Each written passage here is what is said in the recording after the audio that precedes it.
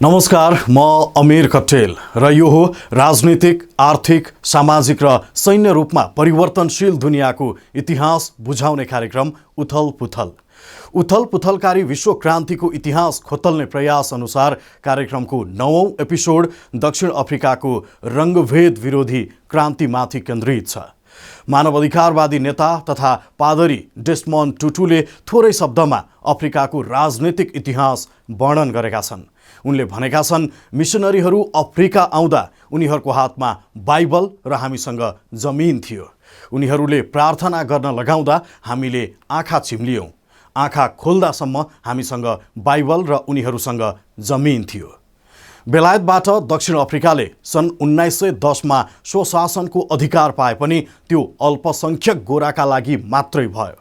ती गोरा जसका पूर्वज उपनिवेश स्थापनाका लागि त्यहाँ गएका थिए, जसले दक्षिण अफ्रिकामा अत्याचार र लुटको श्रृङ्खला मच्चाए। उनीहरूले स्वतन्त्रतापछि पनि त्यही श्रृङ्खलालाई निरन्तरता दिए। रङ्गभेद निकै ठुलो मुद्दा भयो, अनि कसरी यसको अन्त्य भयो त? आउनुहोस् चर्चा गरौँ दक्षिण अफ्रिकाको रङ्गभेद विरोधी क्रान्तिको।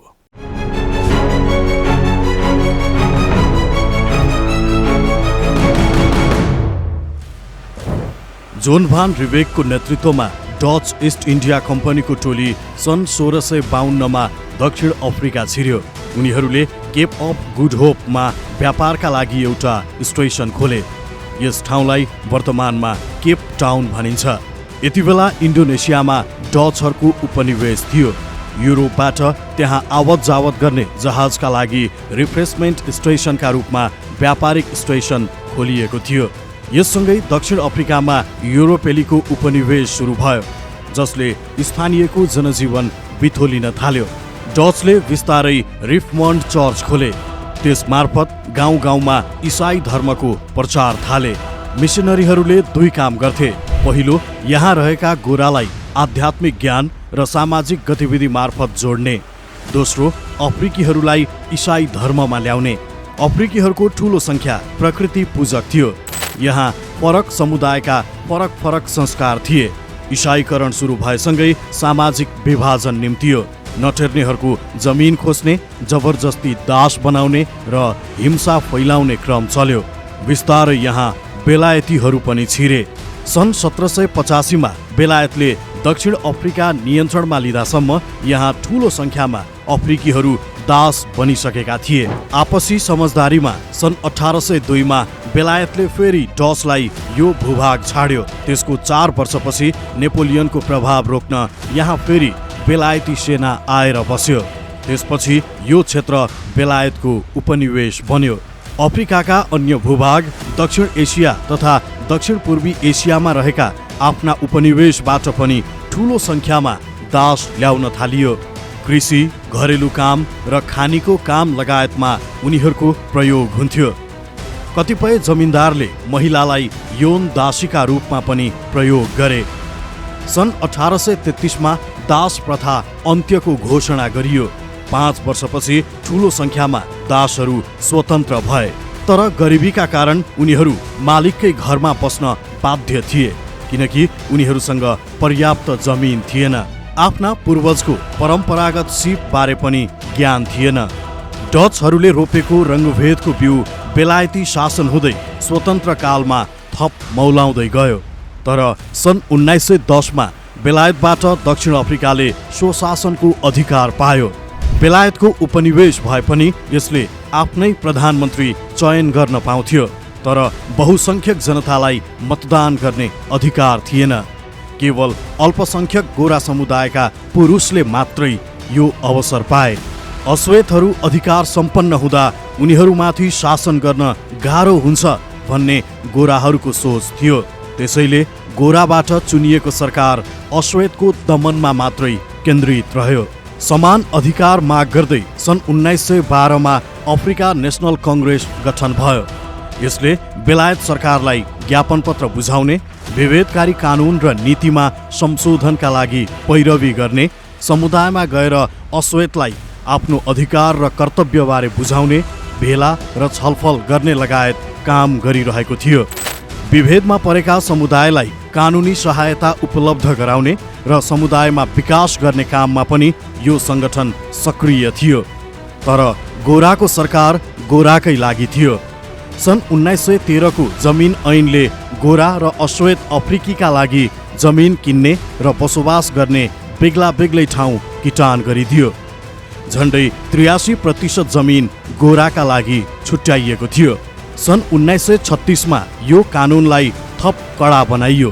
सन् 1927 को अनैतिक ऐनले गोरासँग अन्य वर्णका व्यक्तिले यौन सम्बन्ध राख्न नपाउने व्यवस्था गर्यो। दमन अन्य समुदायमा मात्रै थिएन, केही स्थानमा गोरा समुदायका महिलाले स्थानीय निर्वाचनमा भोट खसालेका थिए, तर राष्ट्रिय निर्वाचनमा मत खसाल्ने अधिकार उनीहरूले सन् 1930 मा मात्रै पाएका थिए। यसरी गोराको घरभित्रै पनि अत्याचार थियो। यस्तो विभेदपूर्ण समाजमा खोक्रो राष्ट्रवादीकै विजय अस्वाभाविक थिएन। नेसनल पार्टीका डेनियल एफ मालान सन् 1948 मा प्रधानमन्त्री चुनिएपछि अपार्थेड नाम दिएर यो विभाजनकारी राजनीतिलाई थप फैलाइयो। अपार्थेडको अर्थ विभाजित विकास हो। डेनियलको 6 वर्षीय कार्यकालमा समूह इलाका ऐन 1950 पारित भयो। एक हिसाबले यो सन् 1913 र 36कै ऐनको निरन्तरता थियो, जस अनुसार गोराका लागि छुट्याइएका जमिनमा बस्ने अश्वेतलाई निर्मम रूपमा खेदियो। सन् 1950 मा कम्युनिस्ट दमन ऐन ल्याइयो। रङ्गभेदको विरोध गर्ने र समानताको नारा दिने राजनीतिक पार्टी खोल्न र सङ्गठन गर्न यो ऐन बाधक बन्यो। अपार्थेडका विरोधीलाई लक्षित गरेर यो ऐन ल्याइएको थियो। सन् 1950 मा जनसङ्ख्या दर्ता ऐन ल्याइयो। यसले दक्षिण अफ्रिकीलाई वर्णका आधारमा विभिन्न समुदायमा विभाजन गरेको थियो। गोरा, काला र मिश्रित मूलका मानिसलाई राज्यले वर्गीकरण गर्यो। त्यही आधारमा अधिकार प्राप्त हुने भयो। पछि गएर भारतीय तथा पाकिस्तानी मूलका मानिसलाई पनि वर्गीकरण गरियो। सन् 1952 को पास ऐनले बिना पास एक ठाउँबाट अर्को ठाउँमा घुम्नका लागि अश्वेत मानिसलाई कडाई गरेको थियो। यस ऐन अनुसार उनीहरूले एउटा इलाकाबाट अर्को इलाकामा जाँदा पास देखाउनु पर्थ्यो। गोराहरू जहाँ पनि निर्वाध घुम्न पाउँथे। सन् 1953 मा बान्तु शिक्षा ऐन ल्याइयो, जस अनुसार गोरा र अश्वेतका लागि अलग अलग विद्यालयको व्यवस्था गरियो। गोराले पढ्ने स्कुलबाट अन्य समुदायका विद्यार्थीलाई लखेटियो। अश्वेतहरू पढ्ने विद्यालयमा मजदुरी र त्यस्ता प्राविधिक विषय मात्र पढाइन्थ्यो जो सरकारले आवश्यक ठान्थ्यो। यस्ता धेरै नियम थिए जसले गोराबाहेक अन्य धेरैको जीवनलाई समस्यामा पारिदियो, जबकि बहुसंख्यक समुदाय अश्वेत थिए। सन् 1950 मा दक्षिण अफ्रिकाको जनसङ्ख्या 1,25,00,000 को हाराहारीमा थियो, जसमा 29 लाख गोरा थिए भने बाँकी अश्वेत थिए। अश्वेत मध्ये अश्वेत अफ्रिकी 89 लाख, मिश्रित समुदायका 11 लाख र भारतीय तथा एसियनको जनसङ्ख्या 6 लाख थियो। अपार्थेड नीतिलाई आम गोराको समर्थन थियो। त्यसैले त सन् 1953 को निर्वाचनमा सत्तारूढ नेसनल पार्टी अझै बलियो भएर आयो। 156 सिट मध्ये यस पार्टीले 94 सिट जित्यो। सन् 1954 मा सरकार सम्हालेपछि जोहानेस गुर्रादुसले यस नीतिको प्रभावकारी कार्यान्वयनमा जोड दिए। यति बेला मुख्य विपक्षी युनाइटेड पार्टीको 53 सिट थियो, तर पार्टीका सांसदहरू एक ढिक्का भने थिएनन्। धेरैजसो सांसद अपार्थेड नीतिको विरोध गर्न डराउँथे। युनाइटेड पार्टीका थोरै निडर सांसद मध्ये एक थिइन् हेलेन सुजम्यान। उनी गोरा समुदायकै प्रतिनिधि भए पनि अपार्थेड नीतिको चर्को विरोधी थिइन्। सबै नागरिकलाई बराबर अधिकार नदिएसम्म न्यायिक र प्रजातान्त्रिक समाज बन्न नसक्ने उनको विचार थियो। अन्य केही नेता र सांसद पनि यस्तै विचार राख्थे, तर उनीहरूको सङ्ख्या निकै कम थियो। सन् 1950 को दशकमा अश्वेत समुदायभित्र धेरै सङ्गठन खुलिसकेका थिए। अफ्रिकी नेसनल कङ्ग्रेसले ती सङ्गठनसँग मिलेर काम गरिरहेको थियो। तात्कालीन अध्यक्ष अल्बर्ट लुथुली र वरिष्ठ नेता वाल्टर सिसुलु विभेदकारी कानुनलाई अहिंसात्मक प्रदर्शनबाटै अन्त्य गर्न सकिन्छ भन्नेमा विश्वस्त थिए। लुथुली भारतमा महात्मा गान्धीले बेलायती उपनिवेश विरुद्ध चलाएको सत्याग्रह आन्दोलनबाट प्रभावित थिए। उनले शान्तिपूर्ण विद्रोहका लागि युवालाई सङ्गठित गर्न थाले। सिसुलुले नेल्सन मण्डेला जस्ता युवालाई आन्दोलनमा जोडे। साउथ अफ्रिकन इन्डियन कङ्ग्रेसका युसुफ डाडोले अपार्थेड विरुद्ध लडिरहेका विभिन्न सङ्गठनलाई एकजुट गराउने जिम्मेवारी लिएका थिए। ओलिभर टाम्बोले कूटनीतिक रूपमा अपार्थेड सत्तालाई कमजोर बनाउने अभियान थाले। उनले यहाँको सत्ताको निर्मम चरित्रलाई अन्तर्राष्ट्रिय जगत सामु उजागर गर्न महत्त्वपूर्ण भूमिका खेले। साउथ अफ्रिकन कम्युनिस्ट पार्टीका नेता मोसेस कोटानेले मजदुर र मजदुर सङ्गठनलाई एकजुट गराए र सन् 1955 मा कङ्ग्रेस अफ द पिपुल्स नामक ऐतिहासिक भेला गरे। यसले द फ्रिडम चार्टरलाई अख्तियार गर्यो। विद्रोहको पहिलो झिल्का सर्पभिल्लीमा 21 मार्च 1960 मा बल्यो। अपार्थेड विरुद्धको प्रदर्शनमा प्रहरीले गोली चलाउँदा 69 जना अश्वेत अफ्रिकीको ज्यान गयो। धेरै घाइते भए। दक्षिण अफ्रिकामा भइरहेका मानव अधिकार विरोधी घटनाको अन्तर्राष्ट्रिय जगतमा पनि तीव्र विरोध भयो। बेलायतमा विपक्षी लेबोर पार्टीका नेताले दक्षिण अफ्रिका विरुद्ध नाकाबन्दी गर्नुपर्ने माग संसदमा राखे। यद्यपि यति बेलासम्म बेलायत सरकारले सिधा दबाब दिइसकेको थिएन। बेलायतका राजनीतिक पार्टी, मानव अधिकारवादी संस्था र व्यक्तिले गरेको आलोचनाबाट चिढिएका दक्षिण अफ्रिकी गोराले गणतन्त्र स्थापनाको पहल थाले। 5 अक्टोबर 1960 मा जनमत संग्रह भयो। गोराले मात्रै मत खसालेको यस निर्वाचनले उपनिवेश समाप्त गरेर गणतन्त्र ल्यायो। 31 मे 1961 मा चार्ल्स रोबर्ट स्वार्ट संवैधानिक राष्ट्रपति बने। अश्वेतका लागि यो गणतन्त्र कागलाई बेल पाके झैं थियो। सत्तामा नेसनल पार्टीकै बोलवाला थियो। अश्वेतका थोरै अधिकार पनि खुम्चदै गएका थिए। प्रधानमन्त्री ह्यान्ड्रिक भेरभोर्ड नेतृत्वको सरकारले सन् 1961 जुलाईको अन्त्यमा अझै कडा नियम ल्यायो। यस कानुनले प्रहरी अधिकृतलाई दमन गर्न अझै सहज बनाइदिएको थियो। सुनुवाईको मौका बिना नै मानिसलाई पक्राउ गरेर हिरासतमा राख्न र यातना दिन पाइन्थ्यो। 5 अगस्त 1962 मा नेल्सन मण्डेला पक्राउ परे। उनीमाथि बिना पासपोर्ट देश छाडेको र मजदुरलाई आन्दोलनका लागि उक्साएको आरोप लागेको थियो। यहीँबाट मण्डेलाको 3 दशक लामो जेल जीवनको अध्याय सुरु भएको थियो। नेल्सन मण्डेलापछि क्रमशः वाल्टर सिसुलु, गोभान एम्बेकी, अहमद काथराडा, रायमन्ड मालावा लगायत अफ्रिकी नेसनल कङ्ग्रेसका नेतालाई समातेर आजीवन जेल सजाय तोकियो।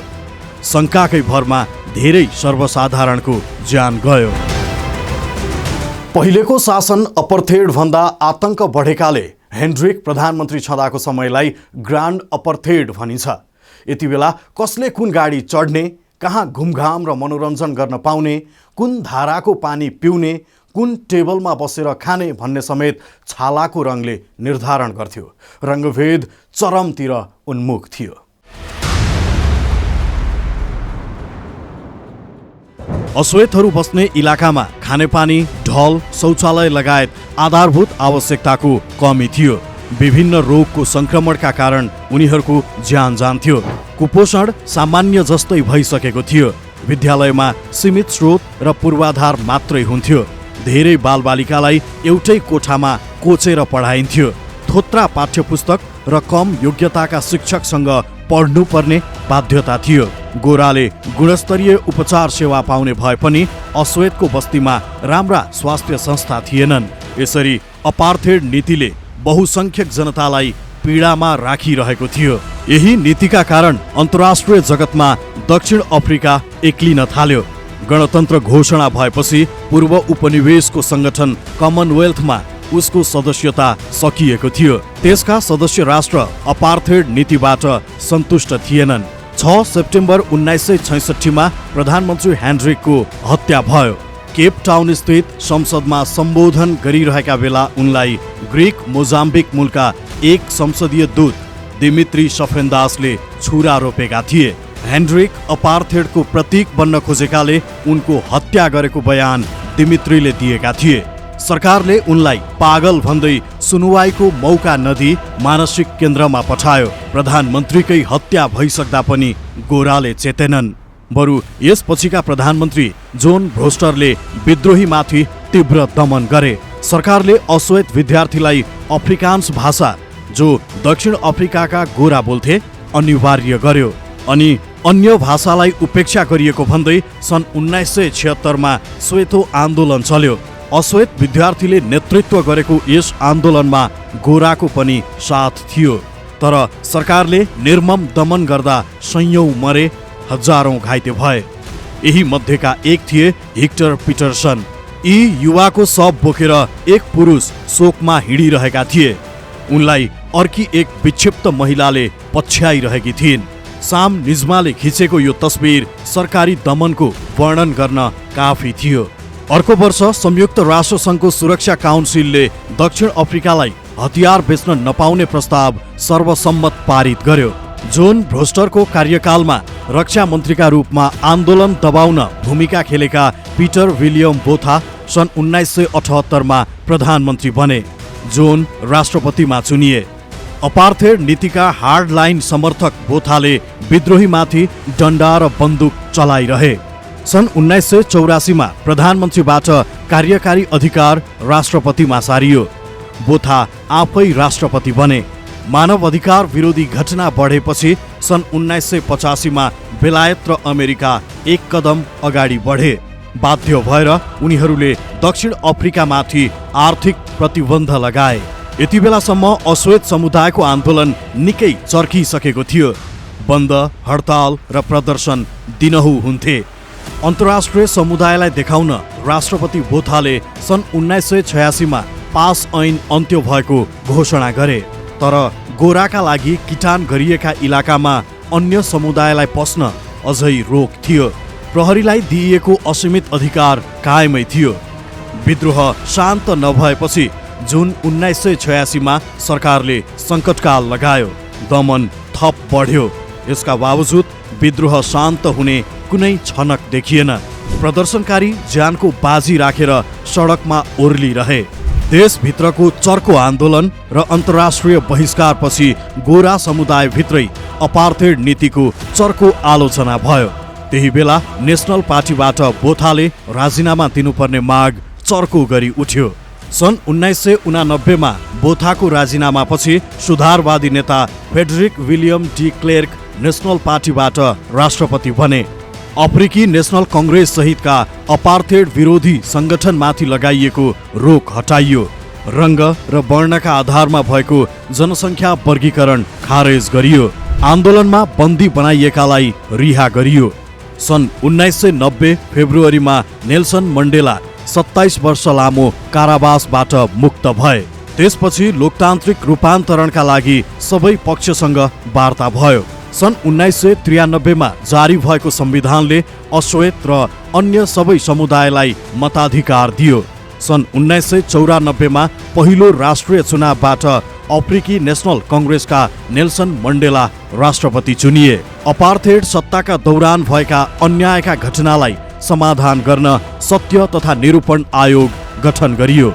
वर्षौंदेखि रङ्गभेदमा पिल्सिएको समाजमा एकताको सन्देश दिनका लागि मण्डेलाले क्लेर्कलाई उपराष्ट्रपति नियुक्त गरे। यो क्रान्तिसँगै काला बहुसंख्यक विरुद्ध भएका शताब्दीौंदेखिको अन्याय उन्मूलन भयो। काला जातिका नागरिकको ज्याला र रोजगारीका अवसर, शिक्षा, आवास, स्वास्थ्य र अन्य सुविधामा पहुँच भयो। यही क्रान्तिले औपनिवेशिक राज्य परास्त गर्दै एक अखण्ड, लोकतान्त्रिक र गैर जातीय दक्षिण अफ्रिका स्थापना गर्यो। दक्षिण अफ्रिकी क्रान्तिको मुख्य विषयवस्तु अफ्रिकी जनता र मूलतः काला जनताको राष्ट्रिय मुक्ति हो। साथै यो क्रान्तिले अधिकार त स्थापित गर्यो नै, पीडित र पीडक बीच मेलमिलाप स्थापना गरेर दुनियाँलाई फरक सन्देश पनि दियो। जताततै दबिएका दक्षिण अफ्रिकाका जनताको क्रान्तिका ऐतिहासिक अनुभवका दुई सन्देश छन्। पहिलो, शासक वर्गले आफ्नो इच्छा अनुसार शक्ति त्याग्दैन र दोस्रो, सङ्घर्षरत जनताको संयुक्त शक्तिबाट अत्याचारी शासकको विनाश सम्भव हुन्छ।